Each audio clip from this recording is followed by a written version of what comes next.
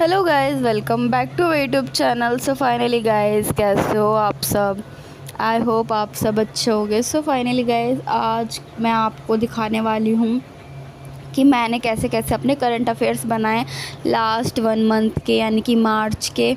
सो इसकी शुरुआत करती हूँ। देखो, मेरे जो ये वाला स्पायरल है, इसमें मैंने सबसे पहले अपना सिलेबस वगैरह लिख रखा है और स्टडी प्लान भी लिख रखा है। ये सिलेबस देख सकते हो आप इस तरह से। English, general awareness, maths, reasoning, इस सब के बारे में मैंने लिख रखा है। और इसी तरह से आपको अपना सिलेबस पता होना चाहिए। जैसे मैं आपको बोलती टॉपिक वाइज सब कुछ आपको अच्छे से ना पता होना चाहिए। और यहाँ पे आपका स्टडी प्लान जो कि आपको अपने अकॉर्डिंग बनाना होता है, तो वैसे ही मैंने मेरे अकॉर्डिंग बना रखा है। देन गाइस, ये 1 मार्च के करंट अफेयर्स है जिसमें हमने कंट्री और कंट्री के कैपिटल्स को लिख रखा है। आपको भी इसी तरह से लिखना है, बिकॉज़ ये हर कॉम्पिटिटिव एग्ज़ाम्स में काम आती हैं, बहुत ज़्यादा इम्पॉर्टेंट होती हैं। और ये देख सकते हो, ये स्टार्टिंग में कैपिटल थी, कंट्रीज़ थी, अब ये हमारे करंट अफेयर्स स्टार्ट हो गए हैं। ये हमारे 1 तारीख का करंट अफेयर्स है जो कि मैंने इसे हाईलाइट कर रखे हैं। देन नेक्स्ट डे के करंट अफेयर्स है, तो उसमें हमने इम्पॉर्टेंट फेस्टिवल्स लिख रखे हैं। और इसी तरह से फेस्टिवल्स के साथ साथ फिर उसके करंट अफेयर्स कर रखे हैं। देन ये 3 मार्च के हैं, 3 मार्च के हैं। यहाँ पे हमने संविधान, आर्टिकल्स, कॉन्स्टिट्यूशन, इस सब के बारे में लिख रखा है। देन उसको हाईलाइट कर रखा है। फिर नेक्स्ट पेज पे हमने 3 तारीख के करंट अफेयर्स कर रखे हैं। सेम ये 4 तारीख का है। यहाँ पे हमने सारी क्या कहते हैं, भाग लिख रखे हैं, उसके सब्जेक्ट लिख रखे हैं, मतलब आर्टिकल, कौन से आर्टिकल के अंदर क्या क्या आता है, वो चीज़ है ना, अनुच्छेद वगैरह, ये सब हमने लिख रखे थे। मतलब मैंने लिखे हैं, सॉरी मैं हमने बोल रही हूँ बार बार। देन अभी आप देख सकते हो, ये 5 तारीख के करंट अफेयर्स है और यहाँ पे मैंने इस तरह से करंट अफेयर्स को कर रखा है और वो उनके बारे में लिख रखा है जिन्होंने नोबेल पुरस्कार लिए थे। और मैं ना इन सब की स्क्रीनशॉट आपको वीडियो के एंड में दे दूँगी। इसी तरह से मैं नोट्स बनाती हूँ और साथ के साथ इम्पॉर्टेंट जो क्वेश्चंस होते हैं, जैसे नोबेल पुरस्कार वगैरह वाले, है ना। ये देखो यहाँ पे SCO, इस तरह से, मतलब ये जो संघ होते हैं, UNDP वगैरह, इनकी स्थापना कब हुई, ये सब। ये देखो इम्पॉर्टेंट डेज़, है ना, कि राष्ट्रीय युवा दिवस कब मनाया जाता है, DRDO कब मनाया जाता है, और हमारा विश्व बैल दिवस कब मनाया जाता है, शिक्षा दिवस, पर्यटन दिवस, शून्य भेदभाव दिवस। इस तरह से ना सारे मैंने इम्पॉर्टेंट डेज़ को एक पेज पे लिख रखा है। देन हम उसको हाईलाइट कर सकते हैं। अब आप देख सकते हो, ये क्या कहते हैं, मेरे अनदर डे के करंट अफेयर्स है। तो इस तरह से मैं अपने करंट अफेयर्स को प्रिपेयर करती हूँ और इसी तरह से आपको भी करंट अफेयर्स प्रिपेयर करने हैं काफ़ी अच्छे से। और ये नहीं कि करंट अफेयर में जो आंसर होते हैं वो 1 वर्ड में होते हैं, बट आपको उस चीज़ को एलोब्रेट करके लिखना है।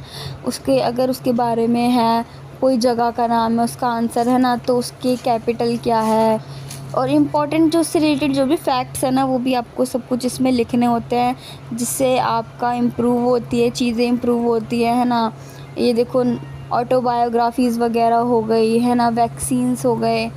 तो इस तरह से करंट अफेयर्स के अंदर ये भी चीज़ें आ जाती हैं। तो बाकी के जो ऑप्शंस होते हैं ना, वो जिस जिस चीज़ों से रिलेटेड होते हैं, मैं उनको भी साथ के साथ नोट करती जाती हूँ। आई होप इस तरह से आप समझ सकते होगे, जिस तरह से मैं आपको अपने करंट अफेयर्स अभी शो कर रही हूँ ना, तो बहुत अच्छे से आपको ना समझ आ रहा होगा कि मैं आपको इसमें क्या दिखाना चाहती हूँ, मतलब क्या समझाना चाहती हूँ। ऑब्वियस सी बात है, आप लोग काफ़ी अच्छे से प्रिपेयर ही करते होगे मेरी तरह ही। और इस तरह से देख सकते हो अभी आप, है ना, ये जितनी भी हमारी करंट अफेयर्स है, मैंने यहाँ पे सब कुछ लिख रखे हैं। ऑपरेशन, जो operation Ajay, operation Kaveri, operation Polo, है ना, कब कहाँ पे कैसे हुआ, है ना, क्यों हुआ और कौन से ईयर में हुआ, ये देख सकते हो।